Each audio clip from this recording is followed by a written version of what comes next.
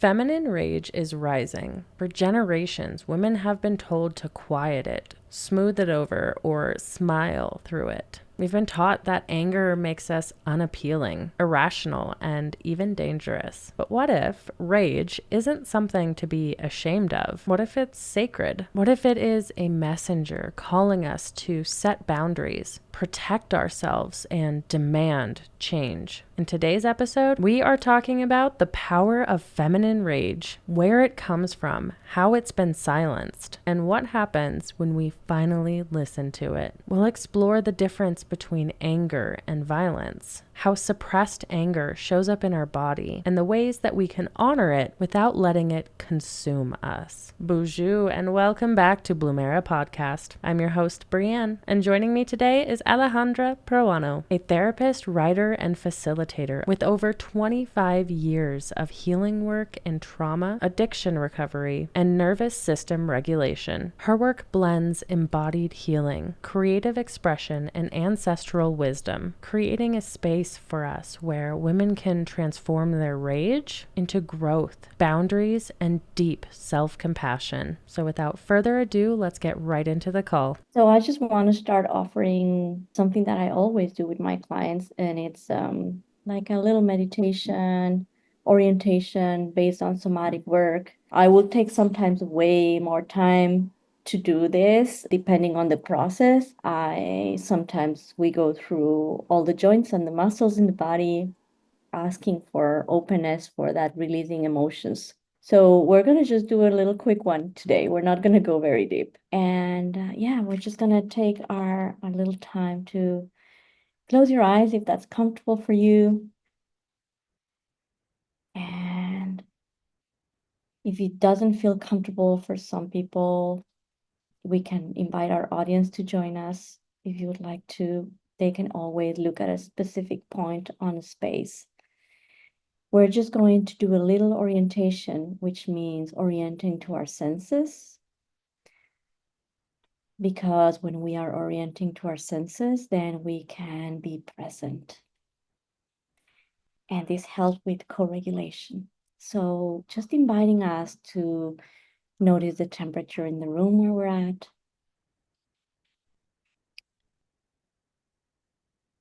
Notice the temperature inside our bodies. Noticing the sounds and the silence around us.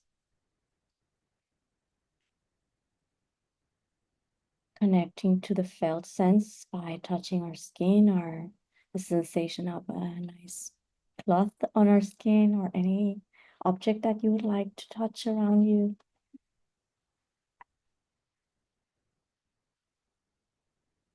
And then just allowing our eyes to rest a little bit on their cavities.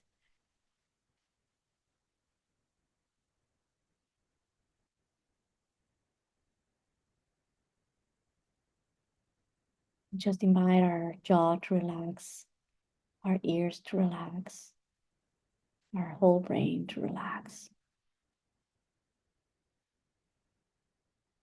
And then moving downwards all the way through our sternum, through our noticing how our internal organs are safe and protected right now, in going all the way down through our tummy, our pelvic floor, legs, and feet. And then noticing the ground that supports us and allowing gravity to just pull us down and just letting go a little bit more, just trusting.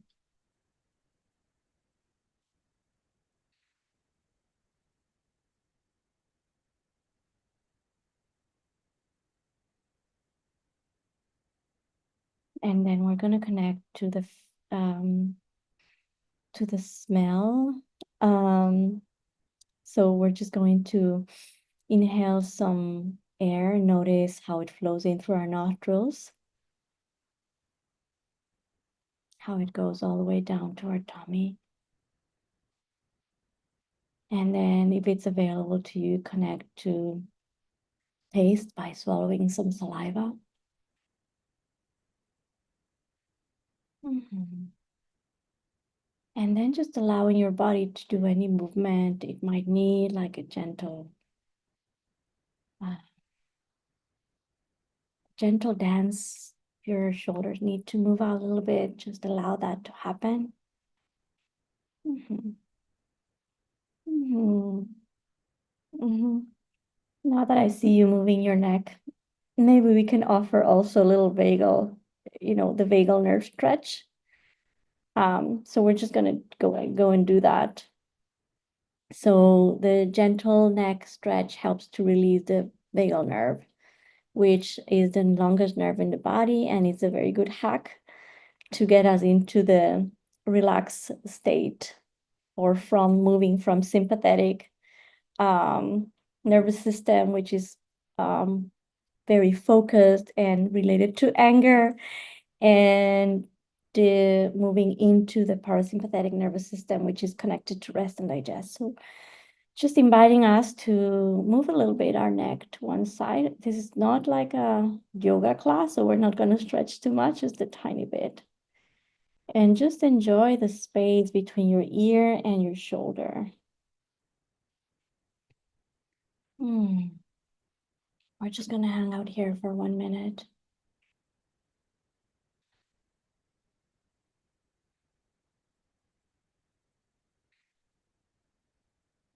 Then really slowly going back to center, taking a couple of nice long breaths.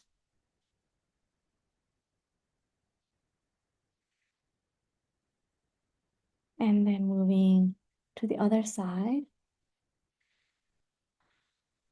So just gently noticing that space, allowing that shoulder to pull away from your ear.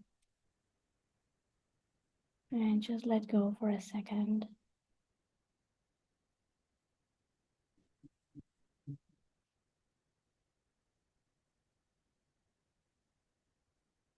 Mhm.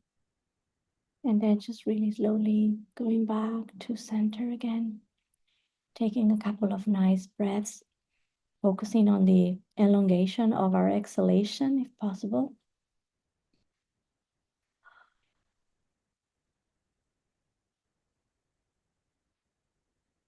And then finally, we're going to move our chin in, or tip our chin in or downwards, and just allow our head to fully let go of its weight.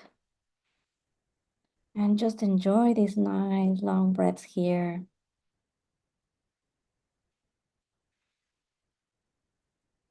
Noticing the expansion of our lungs. Hmm.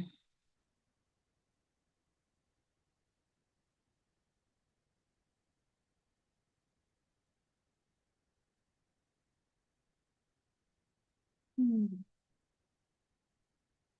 And you can make a sound, like a release sound if you feel like it.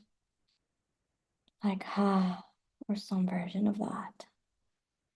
And whenever you're ready, really slowly coming back. And connecting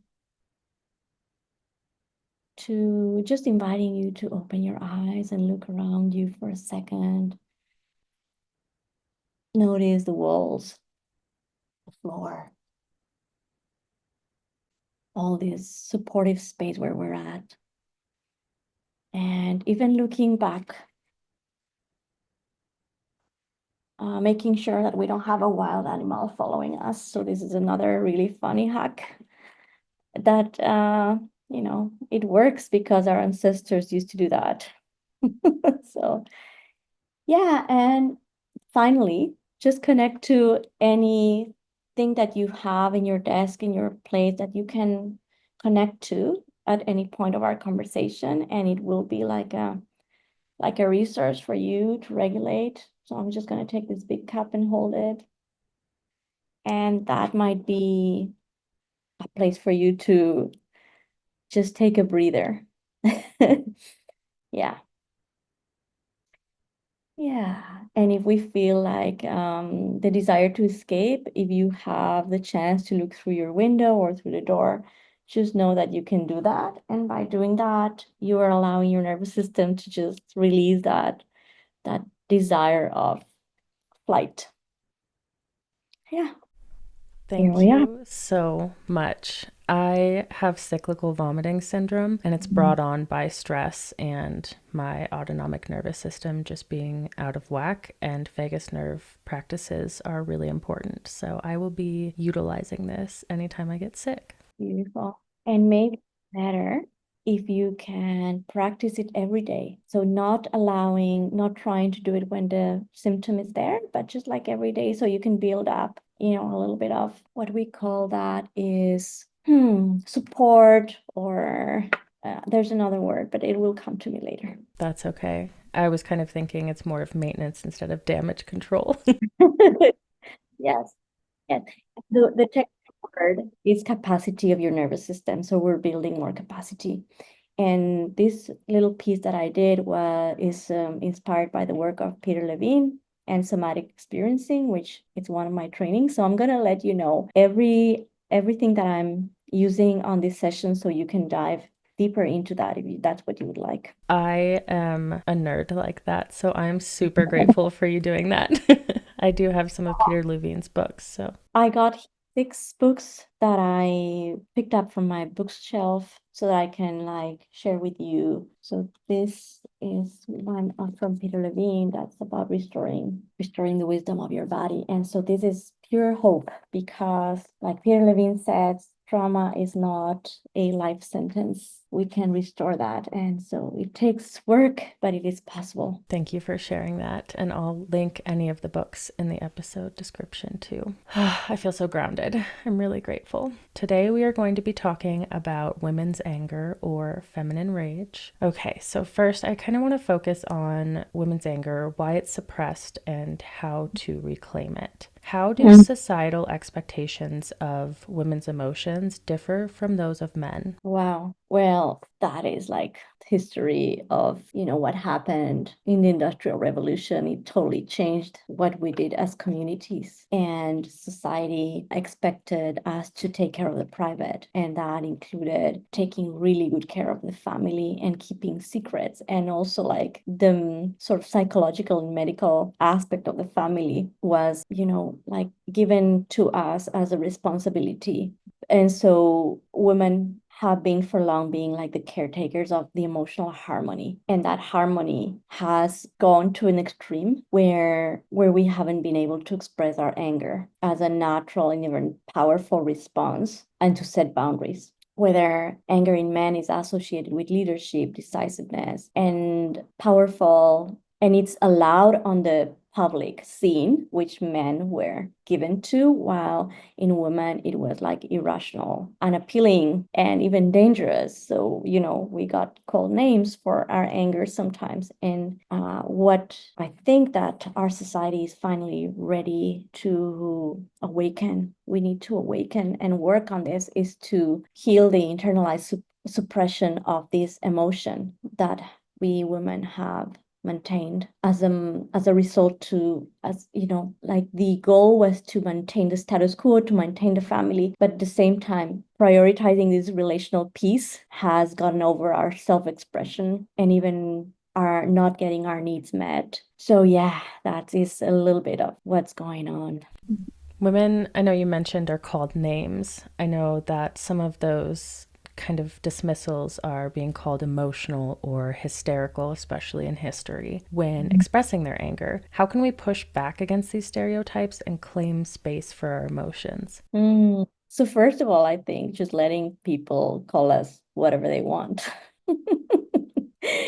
So my clients are reading that Mel Robbins book of Let Them Theory, and it's a little bit of that's part of this awakening. I work a lot on boundaries on our groups and with my clients, and it's like just reframing anger as a legitimate and intelligent emotional response.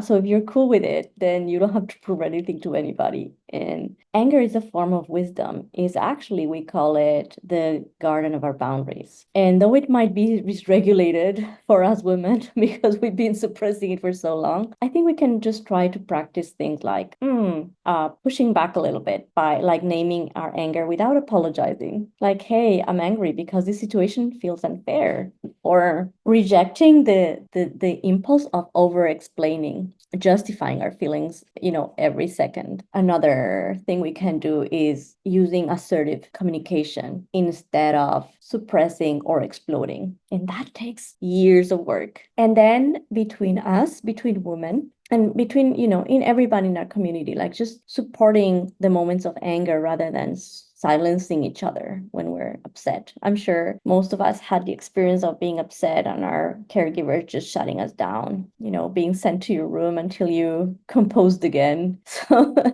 but anger is about reclaiming our emotional integrity and checking what's happening with me. Why am I triggered? And sometimes we might just apologize later and work on it. But if not, if we repress it, then we're stuck. And I know that many women, including myself, feel guilt or shame when they start to feel angry or respond to that anger. Mm-hmm. I'm curious where these feelings come from and how we can start unlearning them. Wow. So there's some interesting debate about what guilt and shame are. So one of them is rooted in like, there's something wrong with me, like internalizing the problem. And the other one is more like society shaming us. So it's outside and it's like a control, like society shaping us into being a woman. So I think they're rooted in gendered expectations. Alistair and I sometimes, we defend the fact that sometimes shame is rooted on integrity. So when we've done something wrong, the positive shame, the healthy shame is there to like get us back in track. So you just apologize and you move forward. But then the toxic shame stays with you. And that's the one that you're like, oh, I'm going to hide for like a year. But, we all go in there and we're like wounded animals just licking our wounds. And then we go out of our cave again and just allowing us to have that process. But if from a very young age we learn, as it is, that we should be agreeable and that anger is simply not acceptable for us, then we're going to feel shame. And that is going to perpetuate the lack of boundaries that we're going to have around our relationships. What we do in our work is recognizing that anger is a natural emotion, not a moral failing. Although there's interesting things like righteous anger. There's people that are going to be always having that response, and then we need to look at it. This is not like a recipe for everybody. It's like we need to do like a very deep inquiry for what's happening on us, and then we will also like to separate anger from destructive behaviors, because if we feel shame, we're going to try to numb that anger. So anger is not a problem per se. The problem is how we engage with it. So if we feel like it's bad, we're going to have problematic relationship with anger and not honor it. And then to honor it, some of my most important work is working on self-compassion. My anger is valid. I need to take myself to a safe place and reflect. Or just, shake, whatever you need to do. Whatever works in the moment. So when we're not honoring our anger, what are some of the common ways that you see women redirect that anger, whether it's inward, like self-blame, that guilt, or outward? I see both. And the interesting piece is that the woman that usually at the beginning, specifically at the beginning, the first 5 years of my work, I've been doing this healing anger program for 10 years already, 11. But the first very big chunk, women that came to see me were only the ones that externalized their anger. So basically that part of us, because we might change and evolve with time, that would feel like we can only connect to anger and not to all the other emotions. That sometimes our underlying anger. I'll show you a little picture from our book. This is anger as a protector. So underneath anger, there might be these other families of emotions like pain, hurt, loss, sadness, fear. and embarrassment, right? Connected to shame and guilt. So when anger is used as a protector, we're not able to connect with these other emotions. And on the other side, now there's more women that are like, hey, I have a problem with anger. And if the problem is that I can't connect to my anger, I'm just such a nice person, I'm a people pleaser. And so it's incredible to see all these women in this group that have very different relationship with anger and how we all heal together by, trying to find some middle ground and some acceptance of what might be other options for our nervous system to respond. How do we know what's underneath? I love that picture that you have, and I hope people are watching on Spotify or YouTube. But if you're just listening, I'll try to include a screenshot on Instagram. How do we know what's underneath? Well, that takes a little bit of an inquiry process, and you can do therapy, but a really good tool to do this is when you feel upset, you can ask yourself, what am I really feeling? And notice that, there are many apps and that can just name the whole range of emotions that exist. But if you can just stick to these basic ones that are usually the ones that are hiding underneath our anger that I just mentioned, that would be great. Am I really angry or am I sad? Am I really angry or am I feeling shame? Or am I in pain, physical pain or emotional pain? Like, what's really going on here? I think that's really powerful practice and good to acknowledge. And for the other nervous system configuration, which is like self-blame, right? Or people pleasing. It's more like, what am I not allowing myself to feel? And there's like so many things. Like the other one that's very connected to anger, to externalizing anger, is perfectionism. So over controlling all the aspects of your life to avoid conflict. And then guess what happens? We get exhausted and our body starts to speak. So we have some somatic symptoms, headache, chronic fatigue, digestive issues happening from suppressed emotions. And just recognizing these patterns is something that takes a little bit of time, but it's possible. Kind of building that self-trust and relationship with yourself. How is that self-trust and that relationship with our own emotions impacted when people are often telling women to calm down or that they're overreacting? Wow, it's really hard to overcome that gaslighting because we just tend not to trust ourselves from very young age. And really, if you think about that with compassion, you can try to think of it that your caregivers, your society are trying to protect you or protect them because they don't know what to do with your intense emotions. So we internalize the belief that anger is too much or that our reactions are exaggerated. And being a woman, I also think I'm going to connect this to our period for those of us who have one. Things get pretty intense before the period, especially for some. And I think that is information that is coming to your body, to your mind, and that we need to honor that information. And yes, because we've been suppressing, it's going to come out really intensely during that period. But what if we just use that as a useful guide? Maybe we just, maybe we need to say, hey, sorry, because I've been. But what I'm feeling is truth. There's something here for me to look at. And every time this happens, every month, I get the opportunity to see what's going on. What have I been carrying? What is asking me to be relieved so that the whole system of people that surround you will heal with that. That's why I feel like it's also like a spiritual thing for us women to guide and to heal our family and our community.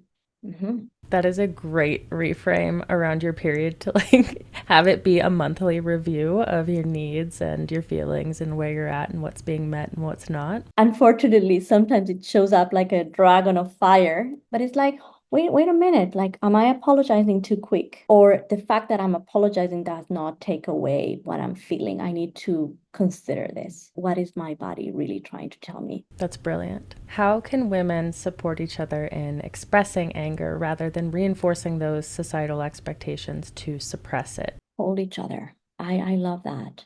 I feel like, we should do we should meet with our peers once a month and check what's happening for each of us. Because part of the societal expectations is we're just lonely, we're alone, we don't have anybody to talk to. So there's that piece, right, of being more comfortable to talk about our anger and that we're not going to be ostracized for that or judged by that. Holding space for each other without judgment. If the person is aggressive towards you, then, you don't have to take that. But I think that avoiding the instinct to pacify another woman's anger has been the place to go, shaming them. And instead, we want to encourage direct, assertive communications with the people around them, with friendships and workspaces, and just explore. Right? If this was a message, if anger was your friend, what is anger trying to tell you? And just normalizing sharing experiences. Most people that come to my group, well, some of them they decide that they want to share with their friends or the colleagues that they are going to a healing anger group. And they're feeling a little bit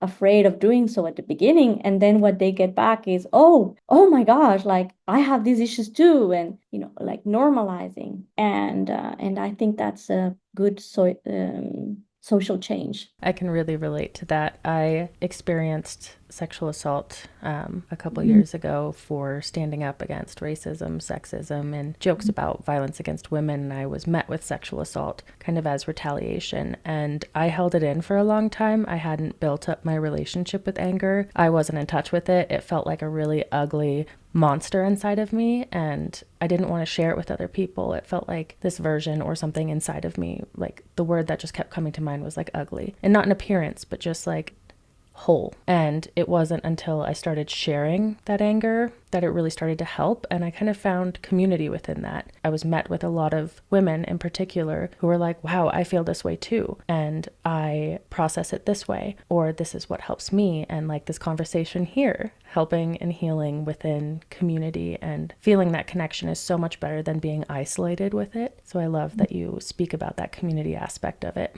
Yeah, seeing how your take totally changes when you talk about the support of the community and the understanding. And the other thing is like, wow, like we're harmed, and then we keep it inside and think about how everything that has to do with sexual violence. I always think of what was the ancestors' ways, our women's lineage way of dealing with that. They didn't had any other option. So in a way, we're also healing our ancestors' feminine side by, wow, this is like we are in a different world right now. Oh, that's beautiful that you mentioned that. I was just gifted like a collage of pictures of my ancestors, and it was so incredible to see the women on there. I knew my grandma, but my great-grandma and my great-great-grandma were not in all of my diving into my Indigenous history, were not mentioned in any of the logs that were kept. They were just the men and maybe a casual mention of the women, but it really connected me to the female side of my lineage. And I love that you're bringing that up because that picture just immediately came to mind.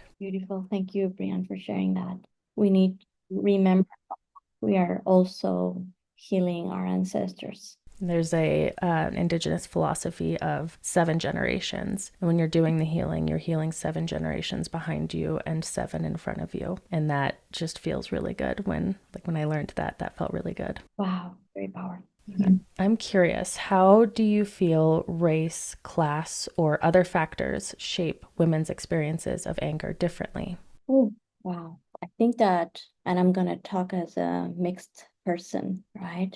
In Latin America, I'm just going to give a little context, right? Like colonization happened 500 years ago. So I have in my system this fight for already 500 years of who am I and how can I integrate this hate-love relationship with both. But the moment that I married a white man, the moment that I was seen as a white person, it was like I was more entitled to feel whatever I was able to feel. So I think that there is a harsher repercussions when we're expressing anger when we are women of color. We're also being labeled as aggressive or difficult whenever there's a power dynamic, like not even like race, it's just like class, right? So even in your own family, right, we would be, again, not giving the freedom to express, because whenever there's a system, a family system or a human system, that human system feels very fragile. And so when somebody tries to bring some change into the system, that system will automatically shut it down because we don't want any change. And it's every little thing that we do is going to have an impact on the rest of that system. So we human beings and human systems do not like change. And that's why it takes often to go into crisis in order to create real change. But the economic status, right? The financial security, it allows you to have more freedom to express without any personal or professional consequences. And again, let's think of our grandmothers, great grandmothers, our mothers, even, right? Like how many freedom they really had to say, hey, this is wrong. We need to stop this. If it's scary for us now to stand up, imagine for them when they, generations ago, they didn't have the capacity to even like work or vote. And again, like I always go back to sexual abuse.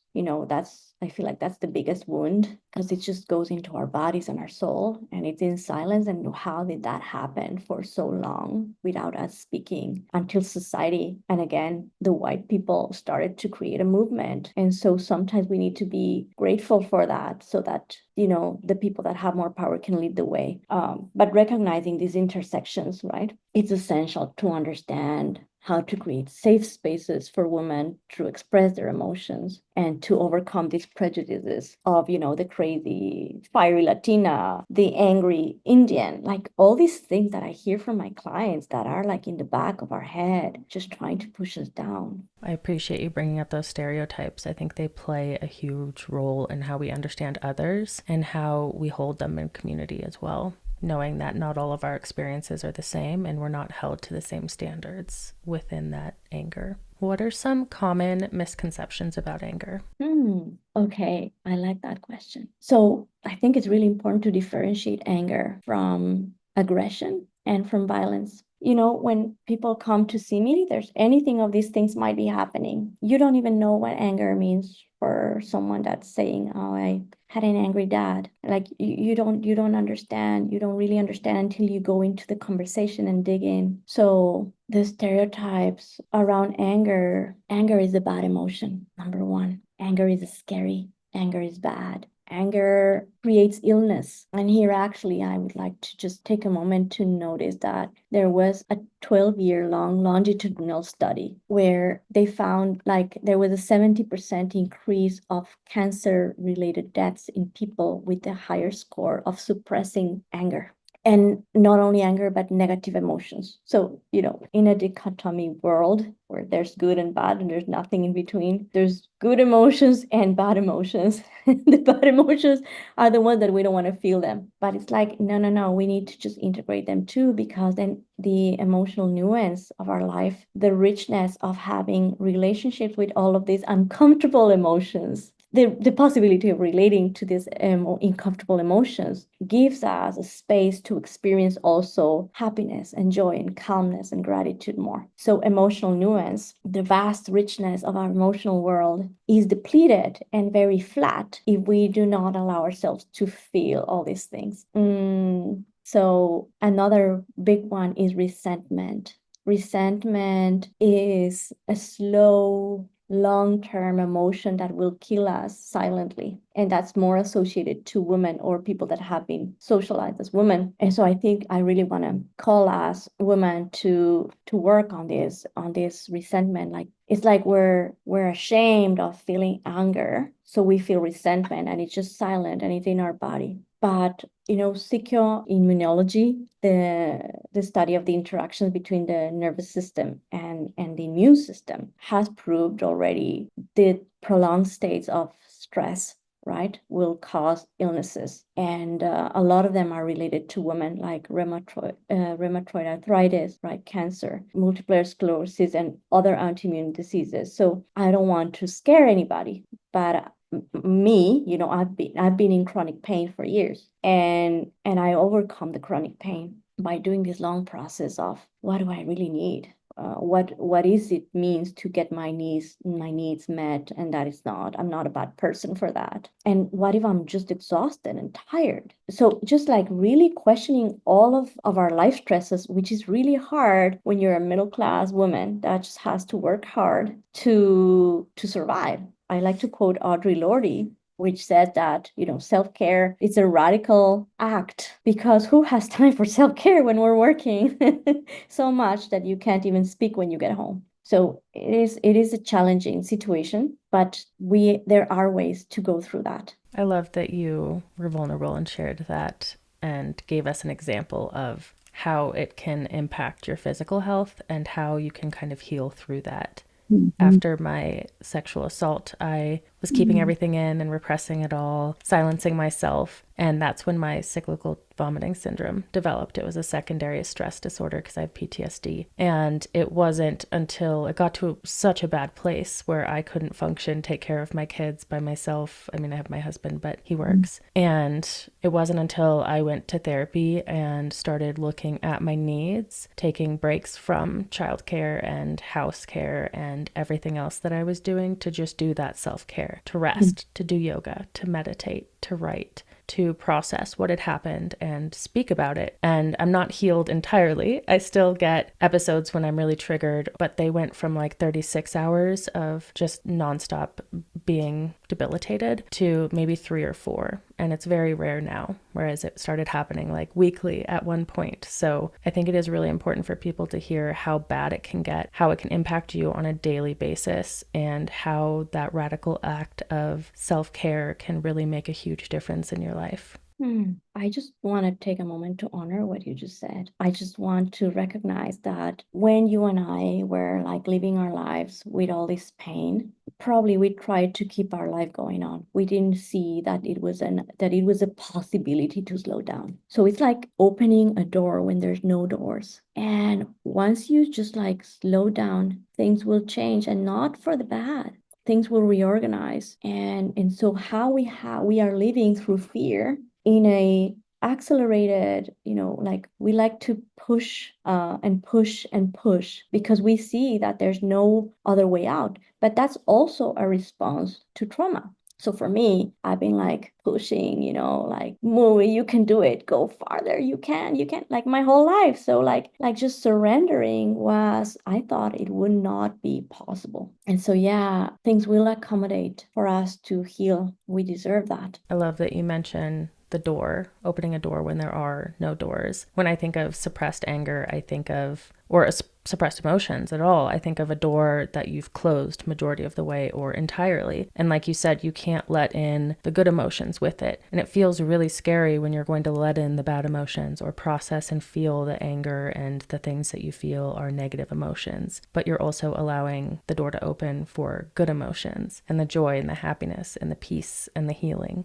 It is terrifying. It's absolutely terrifying to open those doors. And I am glad that there are ways now that we can do those things without it being re-traumatizing. Like I finished my first degrees on the 90s, and it was very raw. Like therapy was very raw. When you wanted to heal trauma, it was very like, cathartic and strong, and like maybe like even connected to punishment. And now there's so many modalities that are like just recognizing, the vagal nerve and the nervous system and how we heal, that it needs to be a lot of noticing our baseline and creating more safety. It's such a strong component. We can't go and address what's already super reactive and triggering to us and unsafe to us if we are not able to build this safe place first. That creates a completely different process for psychotherapy and for healing. That's been my experience as well. What are some of the physical and emotional signs that we're feeling anger? Oh, wow. So that's a very interesting question. I have a whole page in the book of the responses of women that I've seen. And it comes from, for some women, it's like they just go straight into the anger and they just see red or black. Like it can be pretty all or nothing. For some others, you might feel like an increase on your heart rate, pressure increases, your pupils will dilate, you're not going to be blinking. You're going to be like your eyes really open and focused. You're going to be having some sudoration, like some sweating. For some, if it's connected to trauma, you can have different responses to that. Like for some people, anger is connected to anxiety. So they will have more like a fear-based physiological reaction. For some others that are really comfortable with their anger, they're going to be like, oh, this is great. I feel powerful. And also, so it so much depends on the frequency that you have been feeling that emotion, on the intensity levels, because, for example, resentment is a different experience altogether.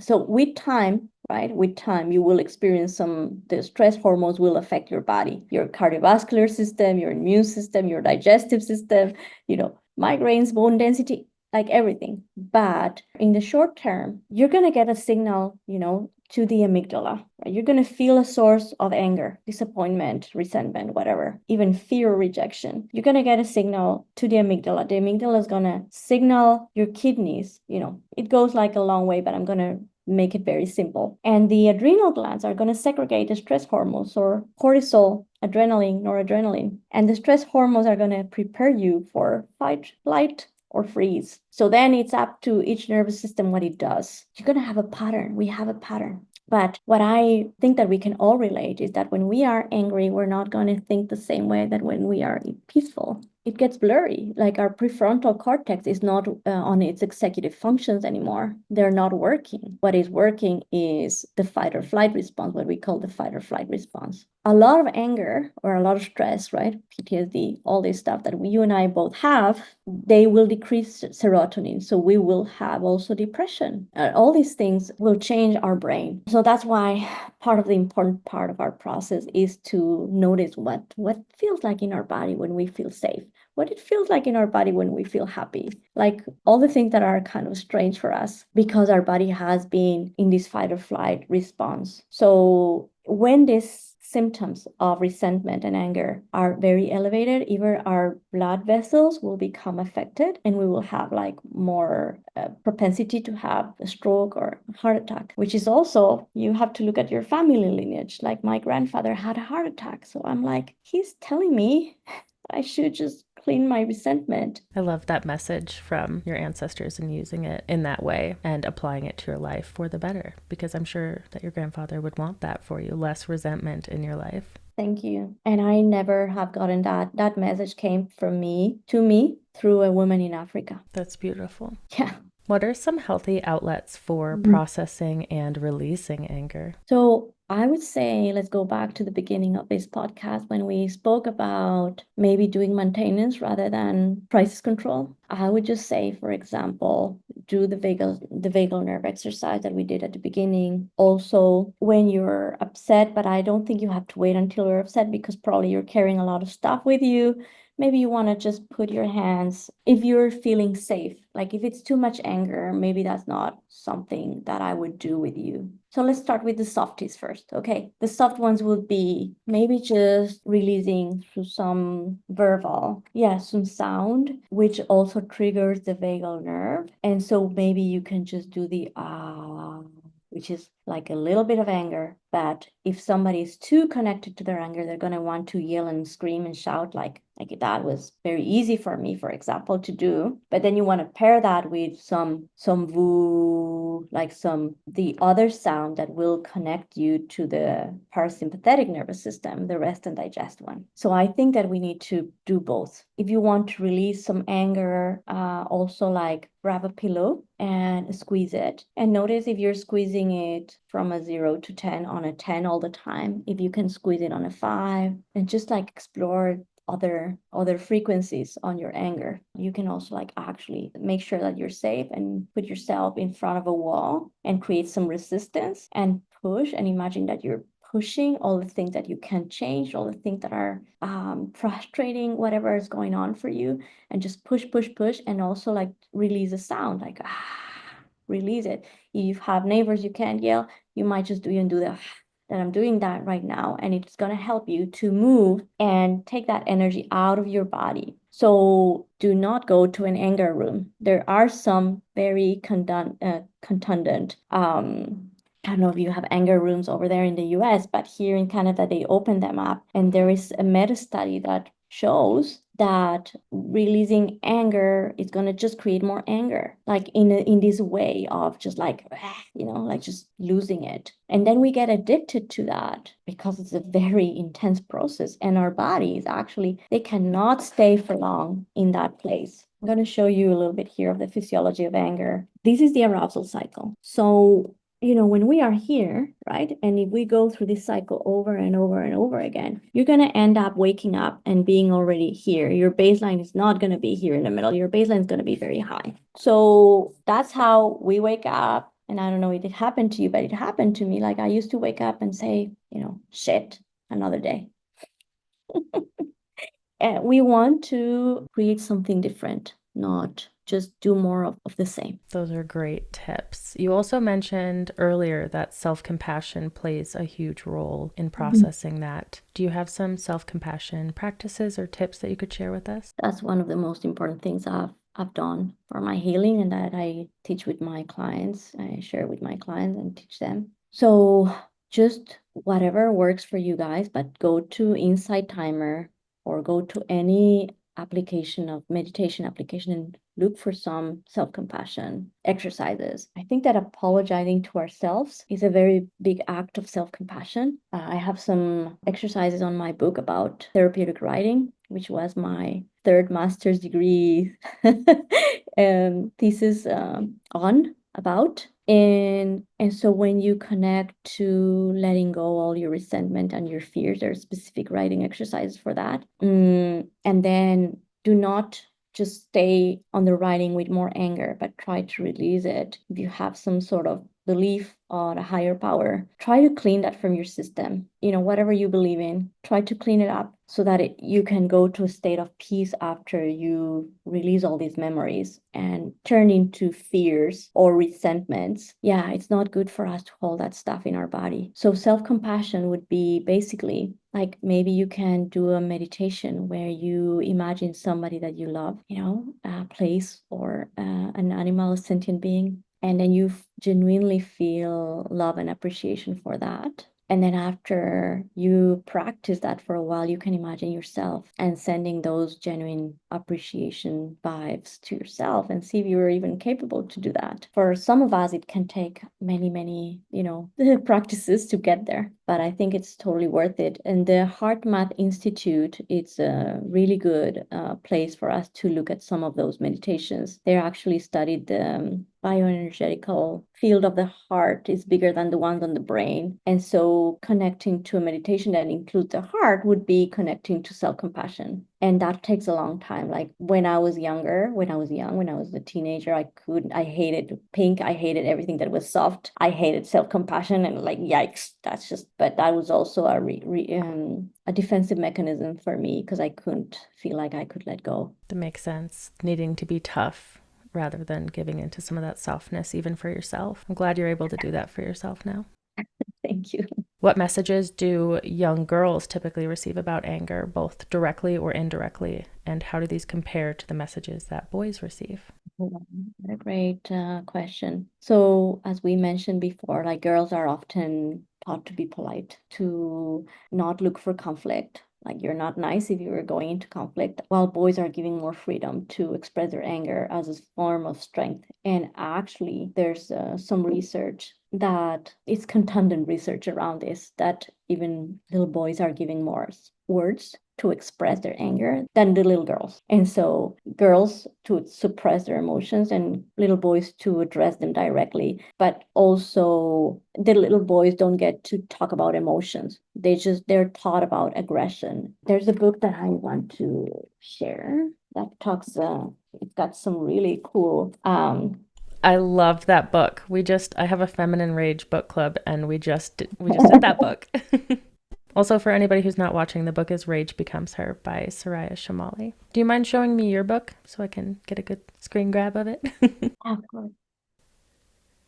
And this is the one you and Alistair did, right? Yeah, this is women's version, and it includes the words of women that I've seen over the last 10 years. So, and research around women's anger that is not available on the men's. Yeah, so it's a good book. I'm definitely going to get a copy. How do those societal expectations of softness, quietness, or emotional suppression in girls impact their ability to set boundaries or advocate for themselves later in life? Well, girls would connect the idea of softness, quietness to survival, to what's likable. We will go into shame as a kind of like a jail, will we go there and it's like, well, I need to get rid of this anger so that I can go back to normal. I'm putting very big quotes in normal, but it's been normalized for us to not set any boundaries. So we go into the dilemma that is very well explained by Gabor Mate of authenticity versus attachment. So we give away our authenticity for the attachment because we think that is the only way that we can function in our society. How can parents and caregivers create a home environment for girls to embrace and express their anger without fear of rejection or punishment or shame? Well, the first thing we need to do is to heal us parents, right? Like, because whatever you tell them, they're gonna learn from your behaviors. And one of the things that I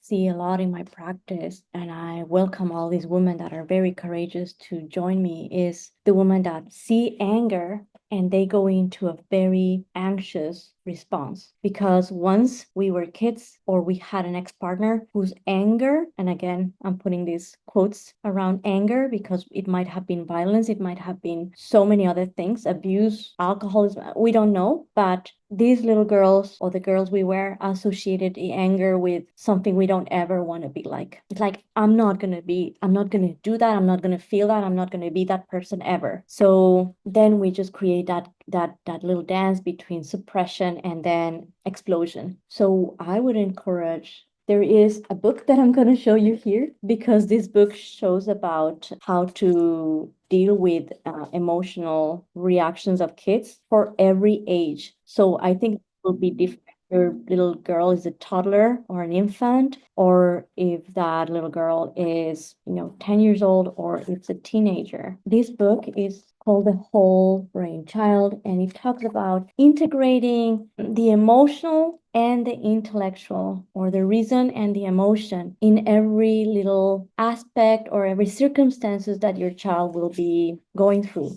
If you can, the first thing I would say is just take your child to a safe place, right? If you just the same thing that you're going to do with you when you feel upset. And then depending on how intense the anger is, you might want just to leave them and to create some safe container so that they can just express that. And then you can start to talk about what happened. But the first chunk is just feeling safe. And then after the event has finished, then we can talk about, oh, remember what we did. We took you to a safe place. And then, oh, what happened? What happened at school? What happened? And so we integrate. And as a result, we would have individuals that are not traumatized by their experiences. But it's, our very difficult task, and for you and me and all of our generations, is just to heal all those things that were unintegrated when we were kids. So that's a lot of work we have to do. But it's so delicious when you can actually just integrate and just pass the page. It's like it's done. Like you don't have to stay in that resentment. There's no, like, you just shake it off like a wild animal does in nature. Just shake it off and then you move ahead with your crowd. Yeah. I love that. Thank you so much for taking all of this time to spend with me, and this conversation was incredible. I feel like I could talk to you all day. I just want to thank you for creating this space. I feel like it's really from the bottom of your heart and your soul that you're doing this. You're called to do this. Yeah, I feel like we're gonna see each other again. Feminine rage is not a flaw, it's a force. It carries the stories of our mothers, grandmothers, and ancestors who couldn't speak, who had to swallow their truth to survive. When we listen to it, honor it, and work with it, rage becomes more than just an emotion. It becomes a compass. It points us toward what matters, what needs to change, and where our boundaries truly lie. If today's conversation stirred something within you, I encourage you to keep that going. You can grab a free copy of Alejandra's book, Healing Anger, Transforming Anger into Growth, using the link below. You can also get a hard copy or a full PDF and join Alejandra in Healing Anger sessions, either group or individual. And if cost is a barrier, there are scholarships available worldwide through the funding form on their site. Your rage is valid, your boundaries are sacred, and your healing matters. Miigwech, and thank you for being here with me today. I look forward to seeing you in the next episode.